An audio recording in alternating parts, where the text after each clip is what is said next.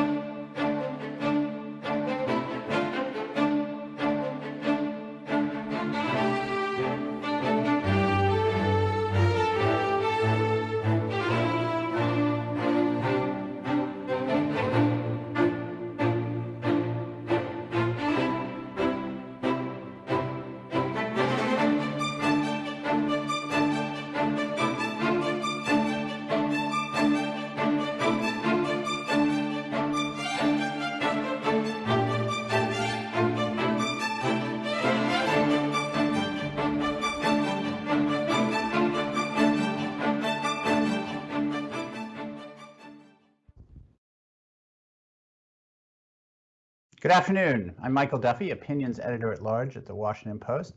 Thank you for joining us today as we turn a spotlight on the work of our Post colleague, George Will, who turned 80 this year and has a new book out this week.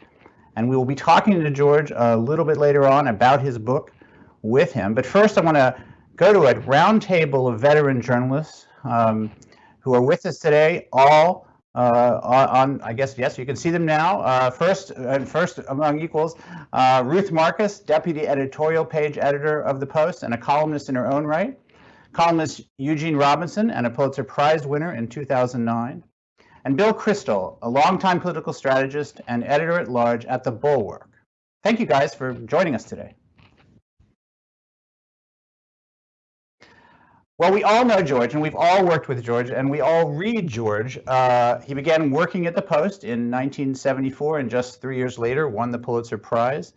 Ruth, I'm going to start with you. You oversee all of our signed opinion pieces. What do you think, if you could even take a crack at this question, what do you think the impact of George has been on not just our pages, but also commentary in general in America over the last 50 years? You want to try that one? There's so many different things to say, but I'll try a few. The first is that some people think that being a columnist is a kind of like an oil well that runs dry. You've had an idea and you've lived up your usefulness. George Will is proof for those of us who've been writing a column for a while and want to keep doing it, that is simply not true. And the reason it's not true is George's mind and George's interests and George's ability to go out and do reporting. He is just constantly seeking out new people to write about, new ideas to feature. And while he is a conservative, and which means being very wary about changing your principles and changing ideas, he has changed his views on some things over time. For example, the role of the courts, which is something I write about a lot. No columnist in America, no less on our pages, wrote less about Donald Trump, but had more impact in terms of when he did, and I say deign because I begged him to do it more. When he did decide to write about Donald Trump, George Will's words thundered. And that gets to the last thing I'll say, though I think I could go on at enormous length. George Will's use of language is an inspiration to all of us. He doesn't use cliches. He finds fantastic words to come up with, and he doesn't write down to his readers. He thinks they can deal with complex sentences, though I think he wrote about a 69-word Murray Kempton one. I think that's the right columnist. That was a little bit long for me. But he believes that readers can keep up with complicated ideas, erudite language, and complicated sentences, and they've proven him right for many years now. Gene, it's no secret that your political perspective probably differs somewhat from George's. But you've said that when you first started as a columnist, he offered not only support but some good advice. Do you remember what it was? Well, look, he was an incredibly generous colleague. After I started writing my column in 2005, a couple months later, I got a phone call, and Mr. Will would like to have lunch, and so I said, great. Well, I don't think it'll come as a surprise that in those days he had lunch at the same restaurant at the same table every day, because that's a George Will thing to do. So I arrived at this bistro in Georgetown, and he said, Gene Robinson, well, I disagree with you on everything, but you write a good column. And he was very generous about talking to a rookie about how to do this, because I wanted to know how by then he had been doing his column already for 30 years, and I wanted to know how he managed to keep it so fresh, and also how he managed to just write so elegantly every time, and he couldn't give me the secret of his elegance, but he did tell me how he thought about his columns over time, how he combined his reporting, how he thought about the trips that he took, and how they factored into the columns, and how it was just sort of a masterclass in how to do this. At one point, he said something that I thought was really odd. He said, I just don't know how anybody lives without a column. And I thought that was the oddest thing anyone had ever said to me. I told people about it for months afterwards. This weird thing, George Will, that George Will turned out to be a great guy, and second, this weird thing he had said. And of course, now, having done the column for 16 years, I totally get it. I totally understand exactly what he meant. How could you let all this stuff happen, and all these bizarre people emerge into the public consciousness, and not write about it? What would you do? You would explode. And I think so. I'm glad that George continues to do what he does and doesn't have to explode. Bill, I think you probably agree. George is a dyed-in-the-wool conservative, and has made a career out of writing about principle in politics, and that sometimes has taken him or put him at odds with the Republican Party. He famously left the GOP in the middle of 2016, after then House Speaker Paul Ryan endorsed Donald Trump for president. You yourself have vehemently opposed Trump's nomination. I want to share a clip from Fox News Sunday around that time, when he was explaining to anchor Chris Wallace why he was taking leave of the party. Let's take a listen to that. I left it for the same reason I joined it in 1964 when I voted for Barry Goldwater. I joined it because I was a conservative. I leave for the same reason that I'm a conservative. Give you a timeline. Shortly after Trump became the presumptive nominee, he had a summit meeting with Paul Ryan where they stressed their common principles and their vast shared ground, which is much more important than their differences. I thought that was puzzling, doubly so because Paul Ryan still didn't endorse him. After Trump went after the Mexican judge from northern Indiana, then Paul Ryan endorsed him. And I decided that, in fact, this is not my party anymore. Bill, how was that statement, that column, that departure felt across the Republican Party?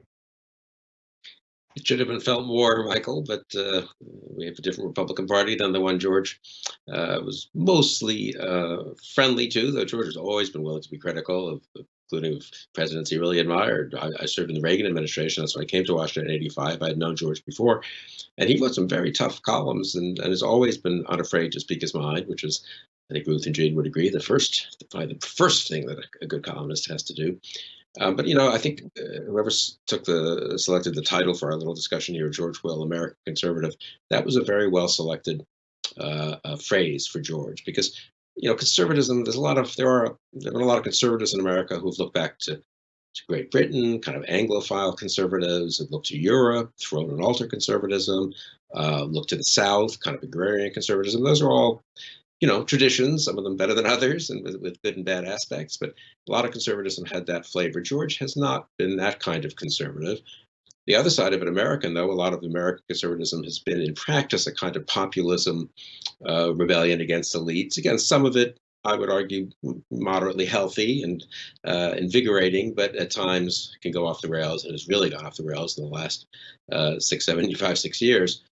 George really is an American conservative, and I think that's what makes him so refreshing and interesting and important. I mean, genuinely an important figure when people write the history, American intellectual history, the history of American conservatism. As I say, a lot of people in the conservative movement look to Europe. A lot of others look to the people.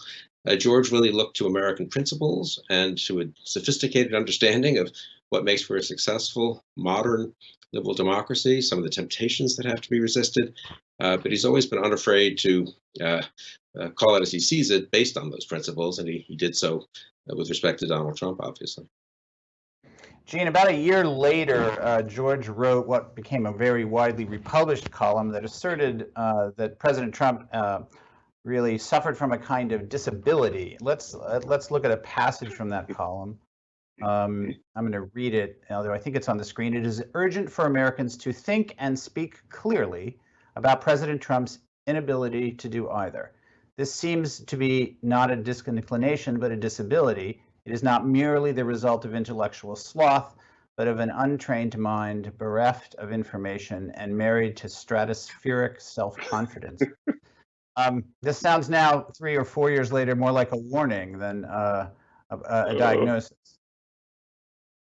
The thing about that column, which I just reread yesterday in its entirety, is that you could have picked any sentence from that column as a pull quote to illustrate the whole thing. I mean, it is a brilliantly written column. It was, even for George, who is, I think, the most elegant writer among the experienced columnists who've been doing this for a while at these levels of American journalism.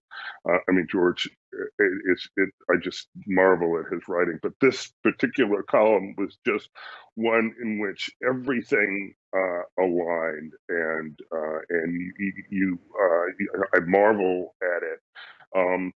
But yes, it was not just a warning. It was such a complete and penetrating diagnosis of Donald Trump, but written in such an entertaining yet caustic yet delightful way. It's just a classic of the form, and I wish I'd written it.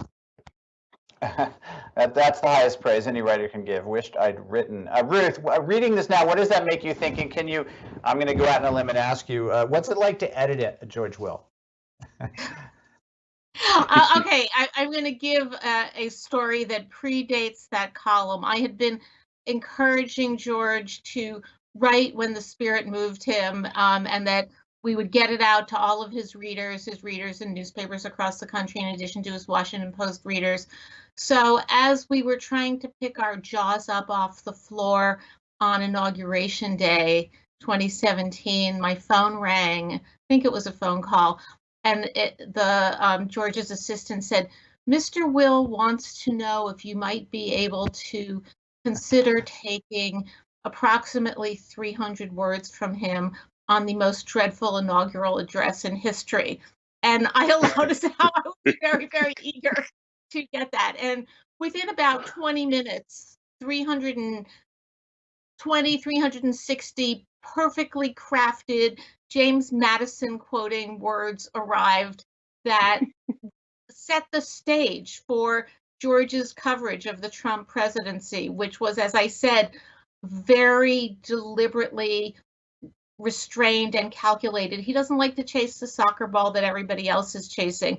But boy, when he kicks it good and hard. And so the best way to edit George Will is to let George be George, and to go off and write about the people and Supreme Court cases and issues that nobody else is writing about, because that's what keeps him going, and that's what makes his column so endlessly interesting. I'll just tell one more story, which is goes to Gene's point about George not understanding how anybody cannot write a column.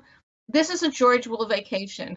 George Will says he's going on vacation, and his direct editor says, Will's going on vacation. And I say, okay, so we'll be down to 3 or 4 columns this week. And lo and behold, except for one vacation that I remember where he did indulge his wife by stopping himself from writing columns, he literally can't. He just sees things, they intrigue him, they annoy him, they amuse him, and he needs to share it with us. And thank God for that. Hey, Bill, I appreciate what you said also about George criticizing other Republican presidents besides Trump. He could be withering about George Herbert Walker Bush, for example, when he wanted to be. But I wanted to pin you down a little more on what sort of conservatism, or maybe brand of conservative. Maybe he just transcends the brand. But can you just talk a little bit more about where he fits into the taxonomy? Yeah, I mean, George is, like all good thinkers, is not a simple thinker, and he's changed his mind on some things, and who wouldn't over 50 years? But he and I have discussed this many times, because I come from a slightly different place. I was more of a Cold War liberal who became a conservative with Reagan and so forth. George really was a Cold War conservative, limited government, constitutionalism, very dubious about good works by government, dubious about big government, less of an international do-gooder than someone like me was again kind of cautious about that sort of thing. He's had a very coherent worldview. Obviously, if you're intelligent, when you look at current institutions and debates, you change your judgment sometimes about where you would like them to end up. So that was a very important part. It was never, there was always a huge populist part of conservatism. There were many other parts.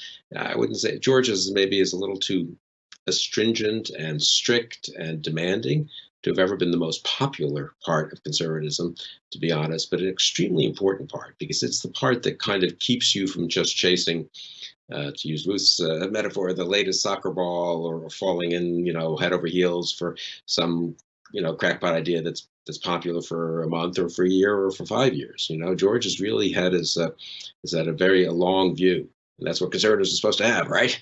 And I think in that respect, the fact that he is so now at odds, honestly, with so much of contemporary American conservatism says a lot about contemporary American conservatism, and is bad for American conservatism. George Will was never going to be the only voice, and he, as I say, he's maybe a little too demanding to be even the main voice, but a terribly important voice. And it's very bad for the country, in my opinion, as well as for American conservatism, that conservatism has drifted so far away from George's principles. Gene, do you want to add your voice here as to what happened to conservatism that George spent so long trying to build, he and others? No, I mean, Donald Trump happened to conservatism, and Donald Trump may be more of a symptom than the root cause of it. But whatever, that's another whole program. The fact is, conservatism left George Will. The American conservatism left George Will. He is who he is. Yes, he has changed his position on some issues over the years, to the better. Actually, he finally said in a column recently that humans are changing the climate, which he didn't used to think was happening. But he's he's never been in anybody's pocket.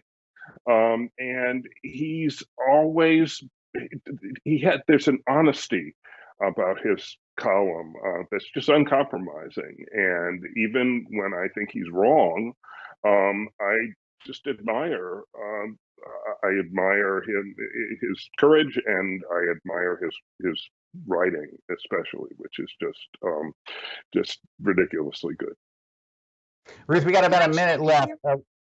I was going to ask you one last thing. Whenever George's columns post, we know that they are routinely among the most read that day. What makes his readers so devoted? And And does he attract a wider variety simply because of how long he has been doing it? I think that he attracts readers because he respects readers. As I said earlier, he doesn't talk down to them. He uses big words. He doesn't write the same column all the time. He goes out and tells them things that they didn't know or about people that they didn't know about.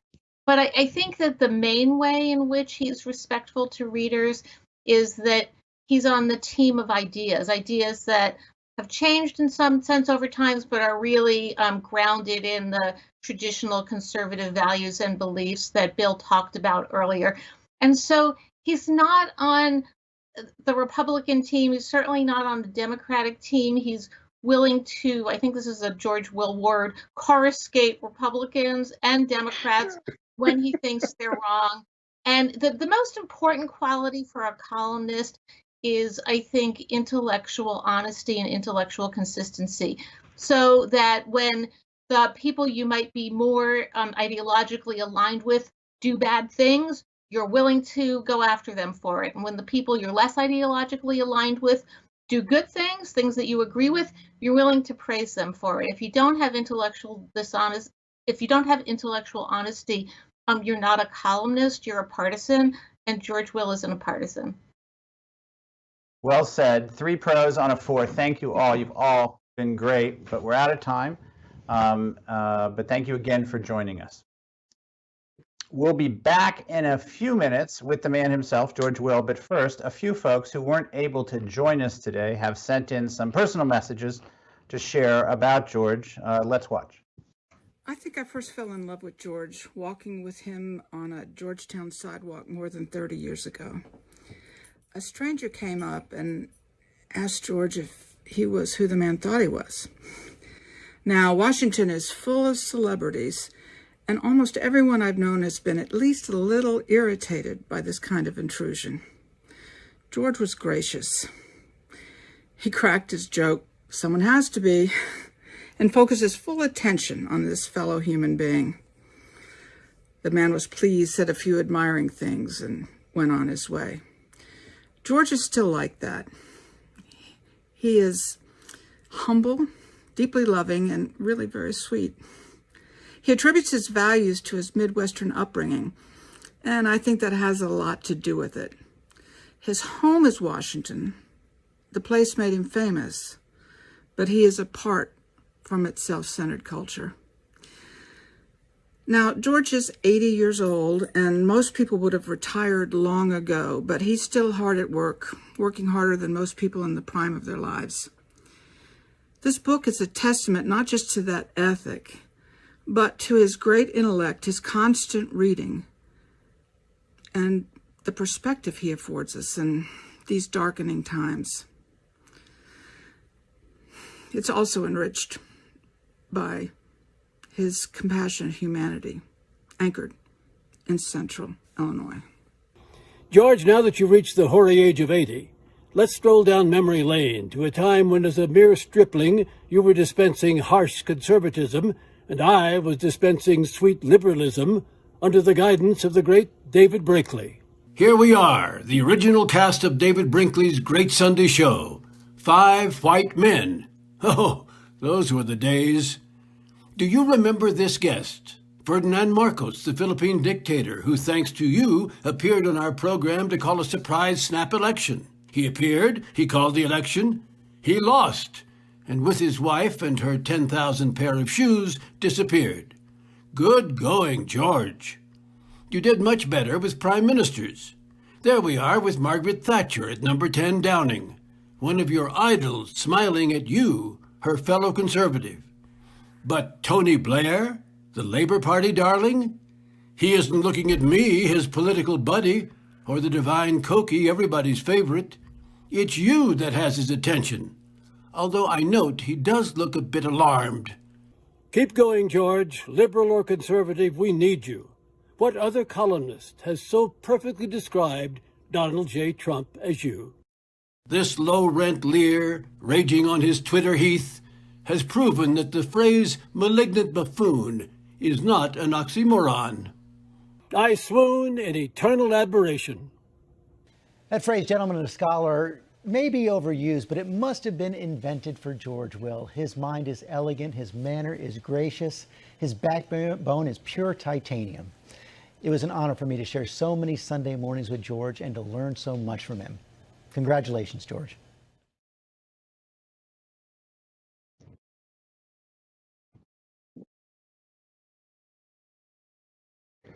I'm joined now by my colleague, George Will. Thank you for joining us, George. Glad to be with you. Gosh, this is fun. This is the week that your latest book, I think it's your 16th, came out, American Happiness and Discontents, The Unruly Torrent, 2008 to 2020. It's a collection of essays and columns from the last dozen years or so. Tell us why you picked that title, please. It comes from Ortega y Gasset, who I'm reading a lot. He's the author of a number of books in Spanish. I'm reading him for my 17th book that I'm in the process of writing. People who had intelligent, affectionate worries about democracy. And the torrent is unruly because no one rules it. And basically, conservatives don't want the torrent rule. We like the idea of uncontrolled things. Someone said the story of the Bible reduced to one sentence is God created man and woman and promptly lost control of events. Conservatives like it that way. We like the turmoil, the churning of the spontaneous order of our kind of society. I want to read a part of an excerpt from the book, from the introduction of the book that we published yesterday in the Washington Post. It has been well said that the United States is the only nation founded on a good idea, the proposition that people should be free to pursue happiness as they define it. In recent years, however, happiness has been elusive for this dyspeptic nation in which too many people think and act as tribes and define their happiness as some other tribe's unhappiness. As a quintessentially American voice, that of Robert Frost, said, "The only way out is through." Perhaps this information, or the reasoning, and I hope the occasional amusements in newspaper columns can help readers think through and thereby diminish our current discontents. It sounds to me like you're saying, even at this time of division, you can still pursue happiness in America. It just hasn't gotten easier. Is that fair? I think that is fair. I think most Americans are busy pursuing happiness and raising children and doing other things, and they really do not hang on events in Washington. And alas, they don't hang on the words of columnists. But that's part of the fun. You know, I don't think most Americans read newspapers anymore, and most of those who do not read columns. Now, in a way, that's bad, and maybe we should get Mr. Biden, when he's done mandating this and that, to mandate that they all read columnists. He'll find somewhere in Article 2 the power to do this, but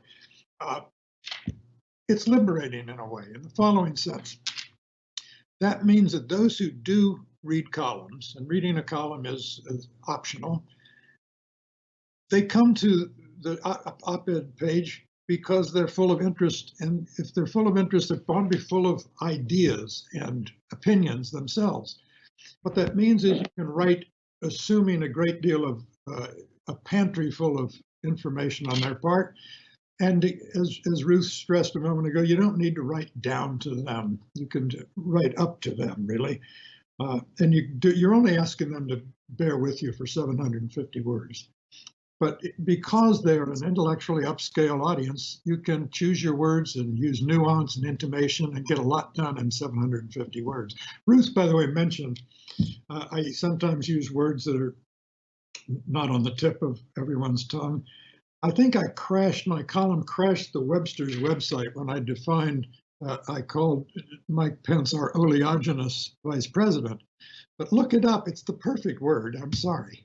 Find a better one for Mike Pence. I want to talk a little bit about the craft, because whether people read columnists or not, and I think they do, they are very curious about how people put them together. You've written 2 at least a week for the last 50 years. That's about 4 or 5 million words, not counting the books. Talk to us, if you can, a little bit about how you decide what to write about on a given day, and particularly, how do those writing days typically go? Well, when I first started this, I asked my friend Bill Buckley what I now know to be the most commonly asked question of a columnist: how do you think of things to write about? Bill said, the world irritates me 3 times a week. Well, the world irritates me or piques my curiosity, or more often than not amuses me several times a week, 100 times a year. So that's easy. You know, it was said of Napoleon that he could not look at a landscape without seeing a battlefield. And if you're in this business for long, you get to the point, it seems to me, where you look around and the world is just chock full of column topics. They keep coming at you. But you kind of have to like to write to do this. I have a metabolic urge to write. I can't stop. It's said that when Henry James was on his deathbed, his eyes were closed, but on his hand on top of the sheet was going like this, as with a pen. I hope to be that way. We've just come through the 20th anniversary of 9/11. Looking back on it now with a bit of hindsight, did those attacks in some way set the stage for the unruly torrent that would follow in the 12 years you've included in this book? They did indeed, because we reacted strongly. We reacted in some ways precipitously, and what was commonly said then is everything has changed. Well, everything never changes all at once. There's a tremendous inertia in the world and continuity, and I think we neglected that, particularly with the 2003 invasion of Iraq. Again, a certain sense of measuredness would have helped there. With a sense of measuredness, I think that's one of the advantages. I'm looking for all the others. One of the advantages of turning is that you look back and try to remember what had you so lathered up about events in the Carter administration, for example. There's not that much earth shaking that goes on, because the earth really doesn't shake by what we do that often. There's a report in the Post today, George, that 1 in 500 Americans has died as a result of the pandemic. At least, as we're experiencing in this country, do you think the COVID-19 could have a similarly large impact on our country if we look back on it 20 years from now?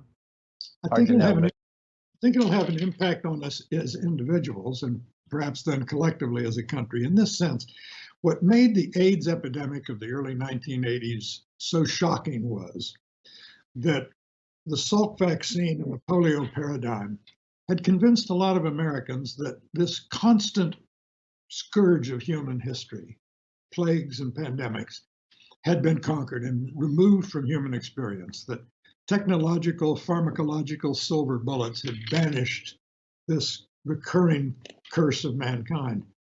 And we were reminded by AIDS, and now we've been reminded by COVID-19, that we are never going to be safe, that life is always going to be risky, the world is always going to be dangerous. We forgot that in foreign policy.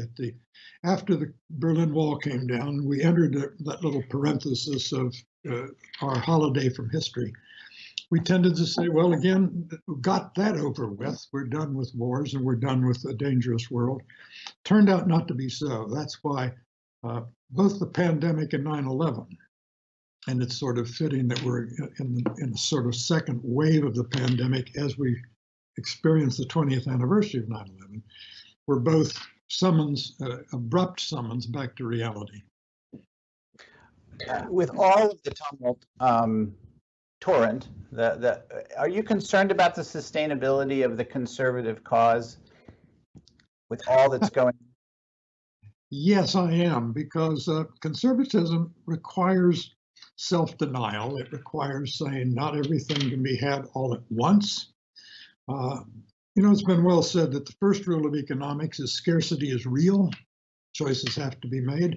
The first rule of politics is ignore the first rule of economics, and both sides are doing it now with a vengeance. So yes, I think the transaction costs of democracy are always with us, but they're getting a little steep now that we measure them in trillions, not in billions. Can you talk a bit about where you think the Republican Party is headed, or at least can you make a guess at their vector? Well, so far they are, shall we say, no more responsive to every sulfuric belch from Mar-a-Lago. But here's where I have a slight burst of uncharacteristic optimism. Mr. Trump is an entertainer. And one thing an entertainer cannot be is predictable and boring. And it turns out, I think more and more people are cottoning on to the fact that he has one pedal on the organ and he's worked it for 30 years with very few changes. The only change is that it used to be Japan was going to eat our lunch and now it's the Chinese. But other than that tweak, he's been saying the same thing. And I do think the great human capacity for boredom is going to help us here. That at the end of the day, he's going to be a bore. And he may actually slink off stage. The Democrats, meanwhile, have only the thinnest grip on the levers of government at this moment. Do you think they have they're playing their cards well? I think they're making a mistake. In 1933, Franklin Roosevelt, with the New Deal, changed the relationship of the citizen to the central government in a fundamental way, but did so after the 1932 landslide. And he did so a country frightened that they might be condemned to permanent depression. In 1965, after my man Goldwater was routed by Lyndon Johnson, Johnson went to set about, as he saw it, completing the New Deal, but he did so after, again, a landslide. Mr. Biden is undertaking an enormous expansion of the government, a government much less trusted today than the government was in 1965, when 77% of the American people in a poll said they trusted the government to do the right thing most of the time. Today, it's about 17% say that. So I think they're making the Lyndon Johnson mistake here.